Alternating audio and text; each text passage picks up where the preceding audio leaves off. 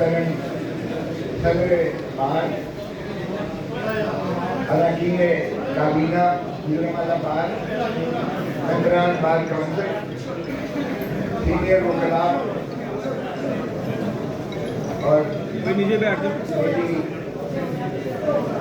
بیٹیوں میرے بھائیوں اور بزرگوں، آج مجھے یہاں گجرانوالہ میں آ کر بہت خوشی ہوئی ہے۔ آپ کا جوش اور جذبہ دیکھ کر اب مجھے یقین ہے کہ انشاءاللہ وہی نگاہ بلند والا، وہی جو تخیل پاکستان علامہ اقبال نے دیا تھا، وہی ہماری قوم کی ایک قوت اور آرزو اور امنگیں آپ کے مجھے اس جذبے میں نظر آئی ہے۔ اور علامہ اقبال نے کہا تھا، شانی ہے پرواز ہے کام تیرا، تیرے سامنے آسماں اور بھی ہے، اسی روز و شب میں الجھ کر نہ رہ جا کہ تیرے زماں مکاں اور بھی ہیں۔ اور دیکھیں یار بیٹھ جا نیچے، خود ہی ہمیں چاہیے۔ اور علامہ اقبال نے خود ہی کے فلسفے کو کیسے انہوں نے بیان کیا، خود ہی کو کر بلند اتنا کہ ہر تکبیر سے پہلے خدا بندے سے پوچھے بتا تیری رضا کیا ہے۔ یہ ہے فلسفہ جس پر پاکستان کی بنیاد بنی، یہ تھا جذبہ اور بلبلہ جس نے پاکستان کی بنیاد رکھی اور اس فلسفے کو پایہ تکمیل تک پہنچایا۔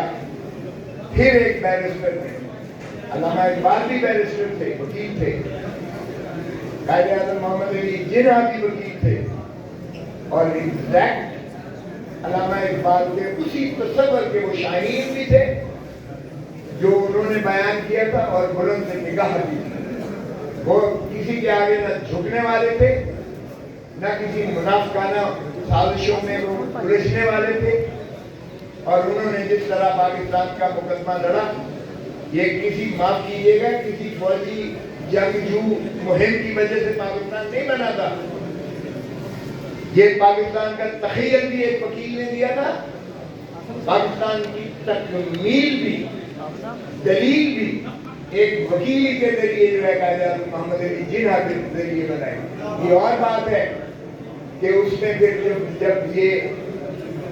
جب اس کی تقسیم ہوئی تو اس میں لاکھوں ہمارے پاکستانی، ہمارے جو مسلمان آنے ہند سے، ان کی جانوں کے نذرانے دیے گئے، اس قدر خون بہا جس کی اندازہ نہیں کر سکتے، اس قدر عزت تار ہوئی جس کا بیانیہ ہی نہیں کیا جا سکتا، اس قدر اجاڑ ہوا جس کو آپ تصور نہیں کر سکتے۔ تو کیا پاکستان آج کا پاکستان وہی پاکستان ہے جسے علامہ اقبال نے تخیل دیا تھا، خواب دیا تھا، اور جس کی تکمیل قائد اعظم محمد علی جناح نے کی؟ کیا آج ہی کے پاکستان میں آپ کو نظر آتا ہے وہ کچھ عکس بھی نظر آتا ہے؟ 50 سال ہم آج 50 سال اپنے آئین کی گولڈن جوبلی بنا رہے ہیں، سرزمین بے آئین بنائی ہوئی ہے ہم نے، یہ 50 سال ہم کیسے بنا رہے ہیں اپنی آئین کے 50 سال گولڈن جوبلی کیسے بنا رہے ہیں؟ آج آپ کا ہر بچہ جو پیدا بھی نہیں ہوا ہے، وہ 2.5 لاکھ روپے قرضے کے نیچے پیدا ہو رہے ہیں۔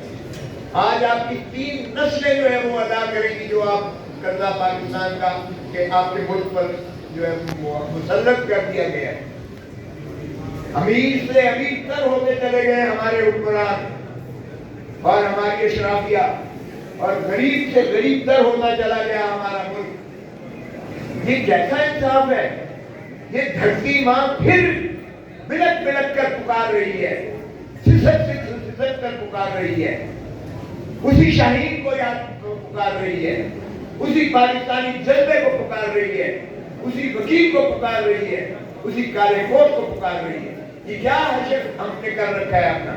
جو بھی ذرا ہمارے یہاں ایک عوامی نمائندہ حق عزیز ہو کر ابھرتا ہے، ہم اسے منہدم کر دیتے ہیں۔ یہ کس کی سازش ہے؟ اس ملک کے ساتھ کیا کھلواڑ ہو رہا ہے؟ کبھی سوچا آپ نے؟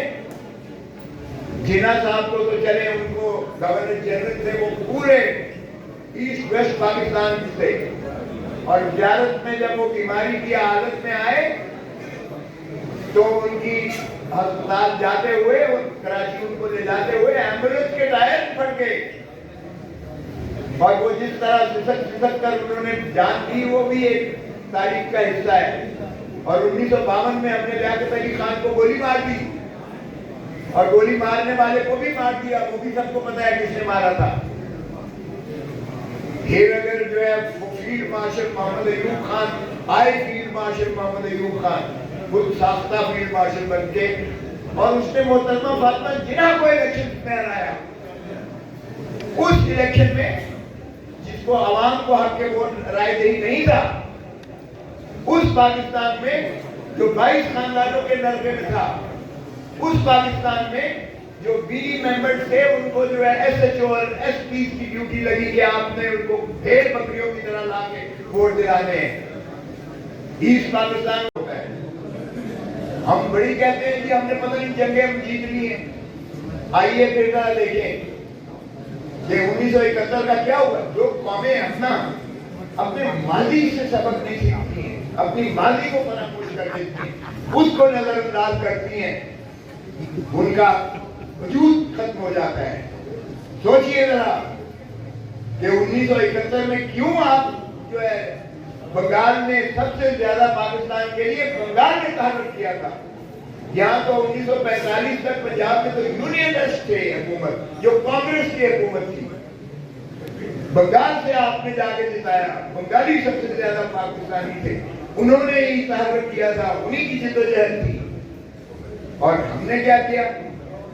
हमने जो बंगाल में जनरल अरोड़ा के कदमों पर 93,000 फौजियों ने जिस तरह सरेंडर किया, वो दुनिया की बदतरीन अस्करी शिकस्त है, दुनिया की बदतरीन अस्करी शिकस्त है, बगैर गोली चलाए। क्या है, क्या हमने सोचा कभी?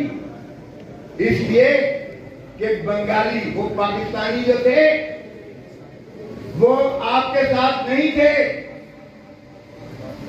उन्होंने आपसे नफरत करते थे, वो आपको हिंदुस्तान की मुक्ति बानी से ज्यादा जालिम और वो फासिस्ट समझते थे।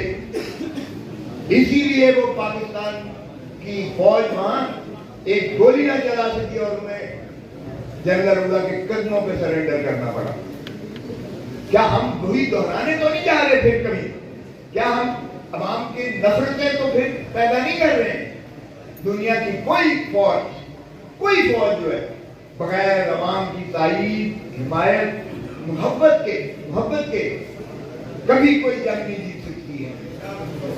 मुझे याद है, मैं उस वक्त तालिब इल्म था, वहां से हिंदुस्तान में उन्होंने कहा जी हम जिम खाने में जाके हम बिस्की पियेंगे या चाय पियेंगे, जो भी है। मैं एक तालिब इल्म था, हॉस्टल में था, 2-3 लड़के हम हरबंसपुरा पहुंच गए।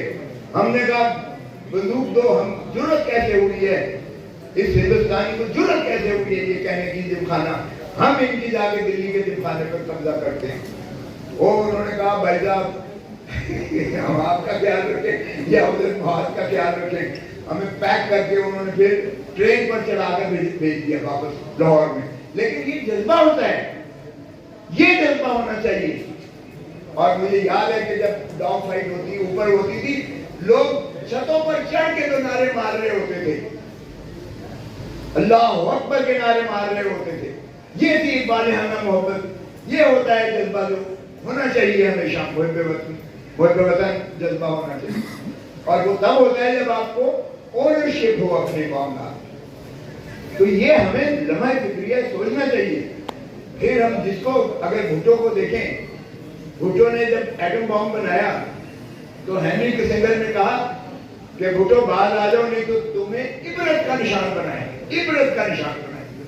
हमने हेनरी किसिंगर को कुछ नहीं कहा, वो हमने जियाउल हक के जरिए, मौलवी मुश्ताक के जरिए भुट्टो को फांसी लगा दी, भुट्टो को फांसी लगा दी।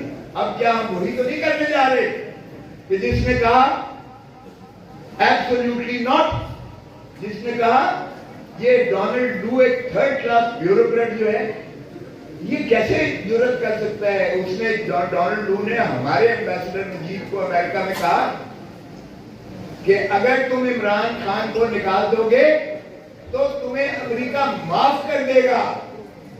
ये है साइफर की कहानी जो मैं आपको बता रहा हूं। फिर अमेरिका मुदाखलत कर रहा है, और ये जब साइफर पर नेशनल सिक्योरिटी काउंसिल की मीटिंग सरबराही इमरान खान प्राइम मिनिस्टर के दौर में होती है, जिसमें सारे सरबराहान अफवाज पाकिस्तान के मौजूद हैं, वो कहते हैं ये ब्लैटेंट इंटरफेरेंस है into the affairs of Pakistan, और स्ट्रॉन्ग डिमोश लिखा जाए। फिर दोबारा ये आ जाता है, शहबाज शरीफ आ जाता है, तो फिर इसका इरादा होता है, फिर नेशनल सिक्योरिटी काउंसिल बैठती है, फिर वो कहते हैं कि ये साइफर दुरुस्त है। तो मुझे बताएं, क्या हम डोनाल्ड लू और अमेरिका की फिर गुलामी नहीं कर रहे? हमने इमरान खान को निकाल सकता किया क्योंकि डोनाल्ड लू का हुक्म था कि अगर इसको निकालोगे तो अमेरिका तुम्हें माफ कर देगा। हमने उसको निकाल परे किया, अभी तसल्ली नहीं हुई, अभी तसल्ली नहीं हुई। जिस तरह भुट्टो की ये निकाल के तसल्ली नहीं हुई थी जब तक उसको फांसी नहीं दी गई, अमेरिका की तसल्ली नहीं हुई थी, अब भी अमेरिका की तसल्ली नहीं हुई। उन्होंने कहा इनको पाबा सलासल करो। आज इमरान भी अंदर है उसी केस में, फॉरेन मिनिस्टर भी अंदर है। ये क्या हो रहा है? क्या हम गुलाम हैं और गुलामों के गुलाम हैं? फिर कहते हैं जी साजिश नहीं है। वो भाई साजिश और क्या होती है? मुझे बताओ, साजिश क्या होती है? ऑफिशियल सीक्रेसी एक्ट, मुझे बताएं, सब माशाल्लाह आप वकील हैं। ऑफिशियल सीक्रेसी एक्ट 1923 में आया था, और वो अंग्रेज बादशाह ने, एक कॉलोनियल पावर ने आपको गुलाम रखने के लिए ये कानून बनाया था। चले उसको भी वागुजार कर दें। फिर तरामीम की गई, तरामीम 17 को हुई है, ये उससे पहले का है। आपको पता है रिट्रोस्पेक्टिवली इफेक्ट नहीं हो सकता आईन में किसी भी जुर्म का, लेकिन ये वो मुतनाज़ तरामीम है जो सदर पाकिस्तान कहता है कि मैंने तो साइन ही नहीं किए, मैंने असेंट ही नहीं दिए, तो ये फ्रॉड कर रहे हैं। फिर पार्लियामेंट, अभी किसी ने कहा 2-250, ओ भाई 15 लोग बैठे हुए थे उस वक्त, सिर्फ 15 एमएलए थे 342 के हाउस में, सिर्फ 15 एमएलए थे जिन्होंने ये पास किया, वो भी एक तरफा। और फिर सेनेट में जो जिस तरह से हुआ आपको पता ही है, फाड़ा रजा रवा रोए, ये हुआ, शोर शराबा मचा, लेकिन फिर वो चला गया और फिर पास भी नहीं हुआ, और उसको कानून बना के नोटिफाई भी कर दिया गया।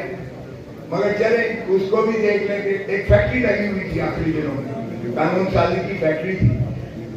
ये क्या, ये है फ्रॉड हमारे मुल्क के साथ जो किया जा रहा है? और क्या हम